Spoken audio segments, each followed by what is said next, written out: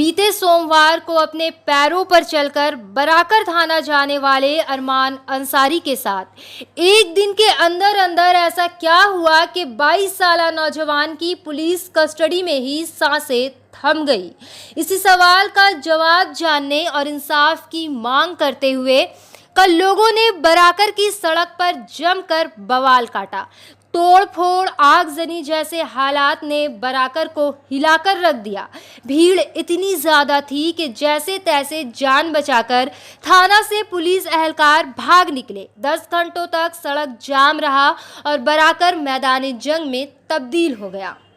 मामले की गंभीरता को समझते हुए पुलिस कमिश्नर अजय कुमार ठाकुर मौके पर पहुंचे और लोगों से शांति बनाए रखने की अपील की और साथ ही साथ जिन पुलिस एहलकार पर मारपीट का इल्ज़ाम लग रहा था यानी एसआई अमरनाथ दास और एसआई प्रशांत कुमार को केस की इंक्वायरी तक सस्पेंड कर दिया गया। आपको बता दें कि एसपी मामले की जांच कर रहे हैं।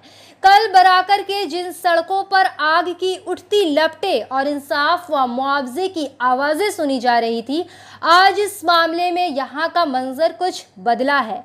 पर अब भी कई सवाल जूं के तूं बने हुए हैं कि आखिर चार दीवारी में अरमान के साथ क्या किया गया कि घर वालों को अरमान नहीं बल्कि इनके मौत की खबर मिली।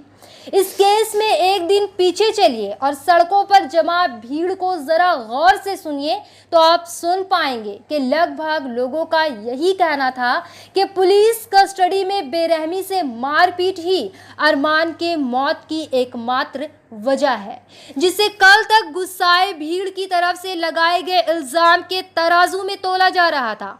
पर आज जब अरमान अंसारी की बॉडी पर लगी चोट की निशान मीडिया में आई तो हर एक व्यक्ति हैरान रह गया और उठ रहे सवाल और लगाए गए इल्जाम ने चीख चीख कर पुलिस के जरिया किए गए बर्बरियत की कहीं न कहीं गवाही दे दी। भले ही अरमान अपने साथ हुए ज्यादती को अब बयान नहीं कर सकते, पर उनके जिस्म पर लगे निशान अभी जिंदा हैं, जो सरकार से पूछ रहे हैं कि साहब मेरा कसूर क्या था, सिर्फ शक की बुनियाद पर हाथ क्यों उठाया गया, मुझे इंसाफ मिलेगा, क्या मेरे बेसहारा माँ बाप को कोई मुआवजा मिलेगा या पावर और पोजीशन के आगे मेरी मौत की हकीकत को झुठला दिया जाएगा। पुलिस समेत रियासती सरकार भी अब कटघरे में खड़ी हो चुकी है। क्या 2-3 ऑफिसर्स के सस्पेंशन ऑर्डर से अरमान को इंसाफ मिल जाएगा? लोगों के तरफ से लगातार लग रहे इल्ज़ाम और तस्वीर में दिख रहे चोट के निशान एक सवाल उठा रहे हैं कि क्या सही तौर पर जांच होगी और अरमान को इंसाफ मिलेगा। नंबर 2 उसी के हिसाब से पोस्टमार्टम से लेकर हर चीज़ तैयारी कर रहे हैं, वीडियोग्राफी और जो कुछ होता है NHRC गाइडलाइन, ठीक है ना, कि कहीं से कोई छुपाने की बात नहीं। दूसरा है प्राइमा फेसिया यहाँ का ऑफिसर इंचार्ज जिसको लगा कि दोषी है, और एक कुल्टी थाने का ऑफिसर वो भी साथ में था, ठीक है ना, क्योंकि रात में चोरी की घटनाओं को लेकर के पूछताछ कर रहे थे, तो उन लोगों को ऑलरेडी सस्पेंड कर दिया गया है। हमारा ACP rank ACP Kulti inquiry कर रहे हैं, तो और कौन लोग इन्वॉल्व थे ये सब कि सुन ले, हम लोग खाली वोट के लिए जो है ना मोहरा नहीं बनाए, हम लोग का इंसाफ चाहिए। अभी नेता लोग कहाँ गया है, अभी नेता लोग कहाँ गया बताइए। प्रशासन हम लोग को देखिए यहाँ पे आंसू रेस मारता है, गाड़ी चार्ज करता है यहाँ पे, पब्लिक क्या करेगा बताइए। लेकर आया था तो क्या हम लोग ने सर घर में से वो लड़का को उठा के ले गया। अच्छा। और हमको बोला सर कोई बात है, तो फाड़ी में सर ले गया। फाड़ी वाला काम था यही कि उसके ऊपर जो फिर जैसे छोड़ा था हम लोग को मालूम होना चाहिए क्या मुद्दा में तुम ले गया। चलिए उसका नाम से FIR वहाँ पर एक बार कोई लफड़ा हुआ था, तो उसको अरमान कौन लगता है? अरमान मेरा भतीजा है। अच्छा। और हम उनका चचा, और वो फाड़ी वाला उठा के ले गया, कुल्टी थाना रेफर किया रात 11 बजे। वहाँ इसका दर का सुनते मारा कि रात में लड़का का मार के जान मार। क्या लग रहा पुलिस मार के मार जाएगी?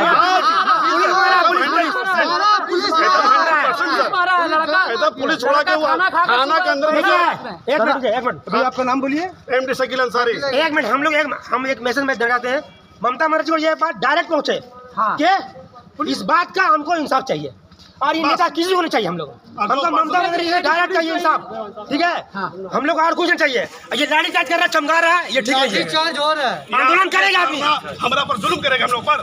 आंदोलन तो करेगा आदमी जब मर्डर हो गया तो, ठीक है, इसका मतलब ये है कि पब्लिक को मार दे, या पब्लिक को मारा जा रहा है यहाँ पे। वहाँ गाड़ी चला के पब्लिक को फंसाता ममता है। बनर्जी को मैसेज देना चाहते हैं हाथ जोड़ के, ममता बनर्जी को हाथ जोड़ के मैसेज देना चाहते हैं कि इसका इंसाफ हो और आज ही हो। हम बस ये और कुछ नहीं बोलना चाहते हम।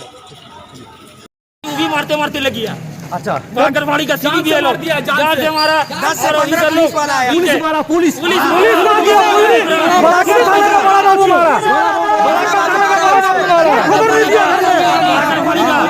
बागरवाड़ी का पुलिस मारा।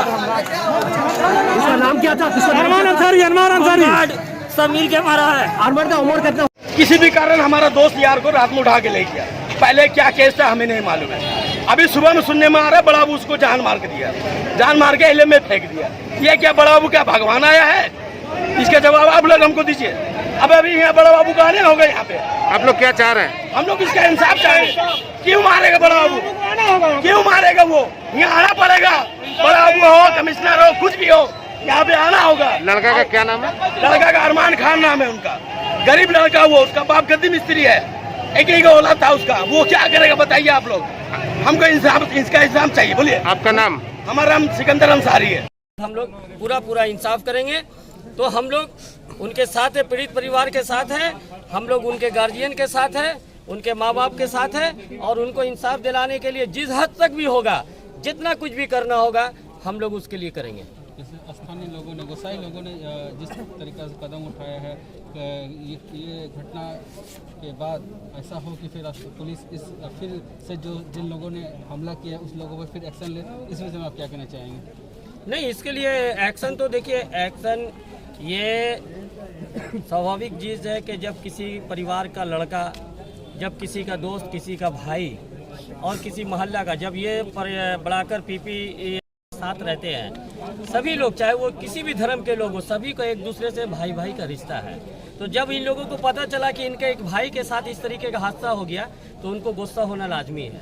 और मैं वादा करता हूँ सारे बढ़ाकर के लोगों से कि अगर पुलिस इन लोगों के खिलाफ एक भी लोगों को अरेस्ट करेगी, तो मैं बहुत हद तक जो है, मैं पुलिस के लिए मैं सरदर्द बन जाऊंगा, और उनको इंसाफ दिलाने के लिए मैं उनके साथ हूँ। मैं उनके बिहाफ में अरेस्टिंग दूंगा। गारुई नदी जो रेल पार के लिए हर साल बरसात में एक मसला बन जाती है, और उफनती नदी कई बार साजो सामान के साथ जिंदगियां भी बहा ले जाती है। जैसा कि अभी कुछ दिन पहले ही रेल पार के इसी नदी में डूबने से इफ्तिखार की मौत हो गई थी।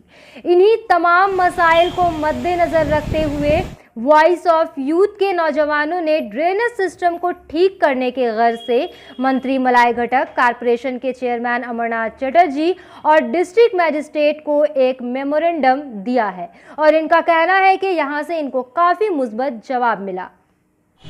हम लोग वॉइस ऑफ यूथ के मेंबर कहना ये चाहते हैं कि आसनसोल का रेल पर एक घनी आबादी वाला इलाका है, जिसके बीच से गुजरने वाली गारुई नदी में हर साल सैलाब आने की वजह से इसका पानी यहाँ के घरों के अंदर चला जाता है, जिससे जान का भी नुकसान होता है और माल का भी नुकसान होता है। और यहाँ के लोग 3-3 दिनों तक इलेक्ट्रिसिटी, बेसिक नीड्स और ट्रांसपोर्टेशन से महरूम हो जाते हैं, जिस पर ना तो गवर्नमेंट की नज़र है और ना ही यहाँ के सीनियर लीडरान का। तो इस मसले का हल होगा कैसे? इस मसले का हल के लिए हम लोगों ने एक मेमोरेंडम ड्रेनेज सिस्टम को इम्प्रूव करने के लिए यहाँ के वजीर मलाई घटक और कॉरपोरेशन के चेयरमैन अमरनाथ चटर्जी और यहाँ के डिस्ट्रिक्ट मजिस्ट्रेट विभू गोयल को पेश किया, और वहाँ से हम लोगों को एक पॉजिटिव रिस्पांस। नदी का हाल आप देख सकते हैं। इसी सिलसिले में सीनियर लीडरान से मिलने के बाद हमें बहुत पॉजिटिव रिपोर्ट मिला, और उनसे हमारा बस वॉइस ऑफ यूथ का इतना ही मुतालबा है, इस नदी को डीप करके फेंसिंग का काम किया जा सके, ताकि यहाँ के लोग जो है हर साल आने वाले सैलाब से बच पाए और बेहतर ड्रेनेज सिस्टम का हिस्सा बन पाए।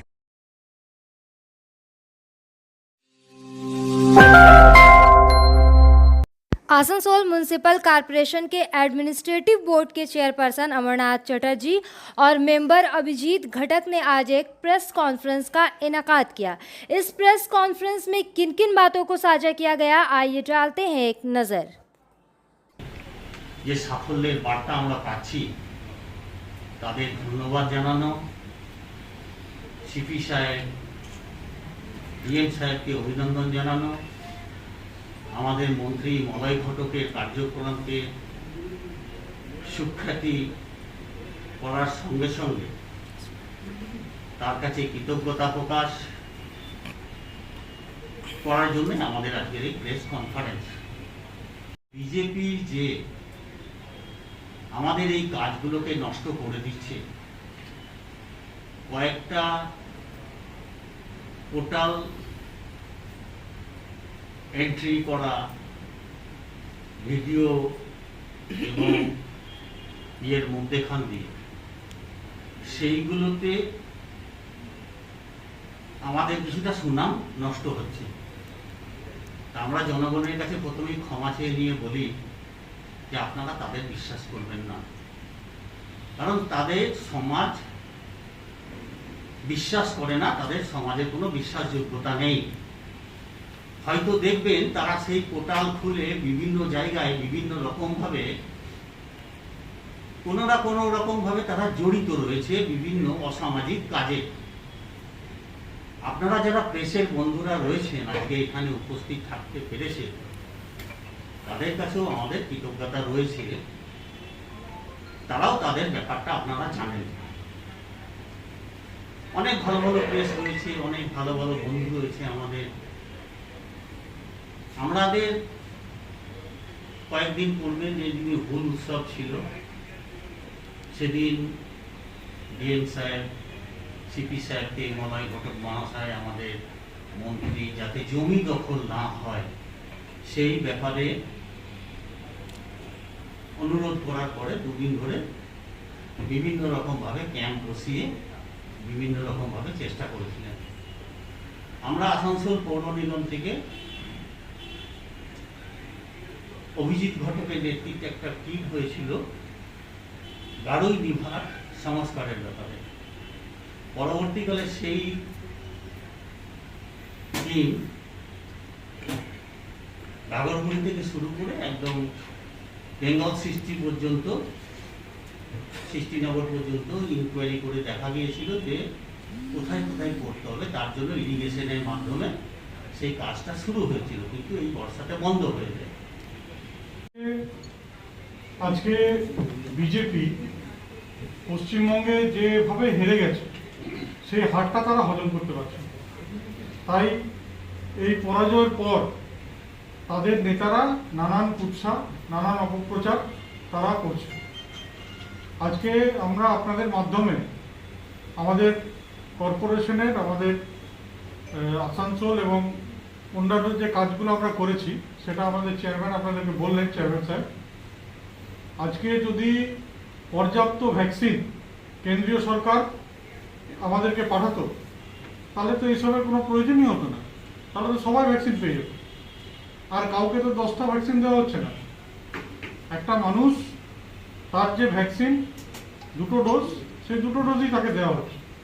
এরকম নয় যে কাউকে 10টা দেওয়া হচ্ছে, কেউ পাচ্ছে না।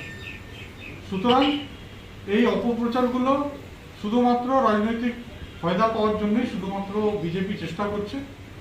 কিন্তু আমাদের রাজ্যের মুখ্যমন্ত্রী, মাননীয় মুখ্যমন্ত্রী মমতা বন্দ্যোপাধ্যায়, তিনি নিজে তার রাজ্যের সরকার থেকে তিনি ভ্যাকসিন কিনছেন মানুষের জন্য, সেগুলো বিনামূল্যে মানুষকে দিচ্ছেন, যেটা কেন্দ্রীয় সরকারের করা উচিত ছিল। আজকে কেন্দ্রীয় সরকার পাকিস্তান, বাংলাদেশে ভ্যাকসিন পাঠাচ্ছে, দেশের মানুষ ভ্যাকসিন পাচ্ছে না। দেশের মানুষকে পয়সা দিয়ে ভ্যাকসিন নিতে হচ্ছে। এর থেকে লজ্জার আর কি হতে পারে?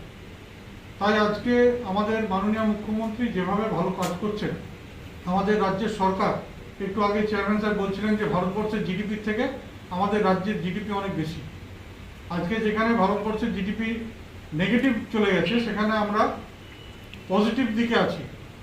তো আজকে সর্বত্র পশ্চিমবঙ্গে যে উন্নয়ন, পশ্চিমবঙ্গের মানুষ যেভাবে আজকে কোভিডের মোকাবিলা করছেন, যে রাজ্যের সরকার এবং আমাদের কর্পোরেশন যেভাবে কোভিডের মোকাবিলা করলেন, তার জন্য আজকে এই বিজেপির নেতাদের কিন্তু গাত্র দেওয়া হচ্ছে।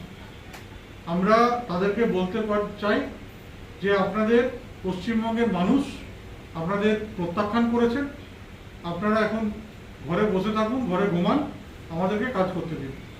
তাই আমরা মানুষের জন্য কাজ করছি, মানুষের পাশে থাকছি এবং আগামী দিনেও মানুষের সঙ্গে থেকে মানুষের কাজ করব। দিয়েছিলাম মানুষকে, আমরা অ্যাম্বুলেন্স সার্ভিস দিয়েছিলাম, কোভিড টেস্ট নানান জায়গায় হয়েছে। আমরা আজকে যেসব ইউপিএসসিগুলো আছে যেগুলো আমাদের হেলথ সেন্টারগুলো আছে সেখানে ভ্যাকসিনেশনের কাজ চলছে, আমরা সেই সব জায়গায় স্বাস্থ্য পরিষেবা দিচ্ছি, অথচ বিজেপি নেতারা বলছে যে আমাদের স্বাস্থ্য কেন্দ্রগুলো বন্ধ আছে।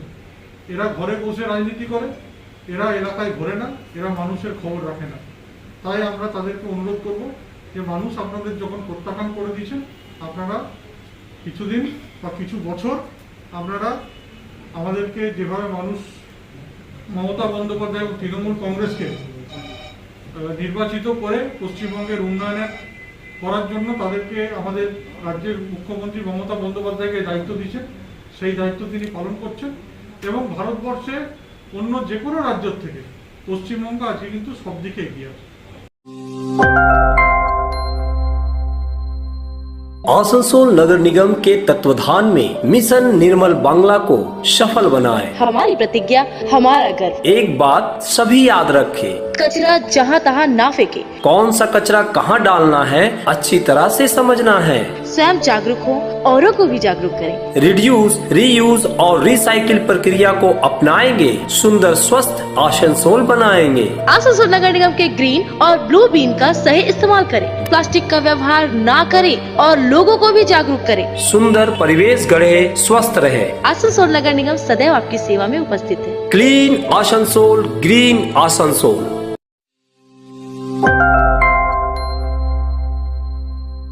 हमजा कलेक्शन शादी ब्याह और ईद जैसे खास मौके को और भी शानदार बनाने के लिए हमजा कलेक्शन लेकर आया है ढेरों स्टाइल और डिज़ाइन के लेडीज ड्रेसेस जैसे सलवार सूट, गरारा, लहंगा, घाघरा, क्रॉप टॉप, वो भी होलसेल प्राइस पर।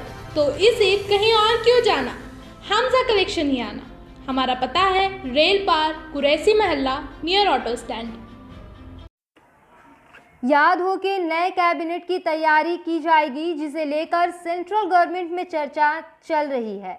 कई मंत्रियों को जोड़ा जाएगा तो कईयों को बाहर का रास्ता भी दिखाया जाएगा। इसी सिलसिले में एक नाम आज और जुड़ा जो कोई और नहीं बल्कि आसनसोल के एमपी बाबुल सुप्रियो है। बाबुल ने आज मिनिस्ट्री पोस्ट से इस्तीफा दे दिया है। भले ही पहल बाबुल ने की हो किनारा कशी की, पर अनुमान तो यही लगाया जा रहा कि असेंबली इंतखाब में जहां इन्हें टॉलीगंज से खड़ा किया गया था वहां अरूप विश्वास से बुरी तरह हार इनके पाले में आई और वहीं इनके आसनसोल कॉन्स्टिट्यूंसी में भी भाजपा 2 सीट पर ही जीत पाई थी। हो सकता है कि इन्हीं नतीजों का मिला जुला असर आज का ये फैसला हो। आपको बता दें कि 2014 के बीजेपी सरकार में बाबुल कैबिनेट मिनिस्टर थे, वहीं दूसरी बार भी ये पोस्ट बरकरार रही। फिर अचानक आज इस्तीफा दिया जाने से कयास आराई का बाजार गर्म हो उठा है।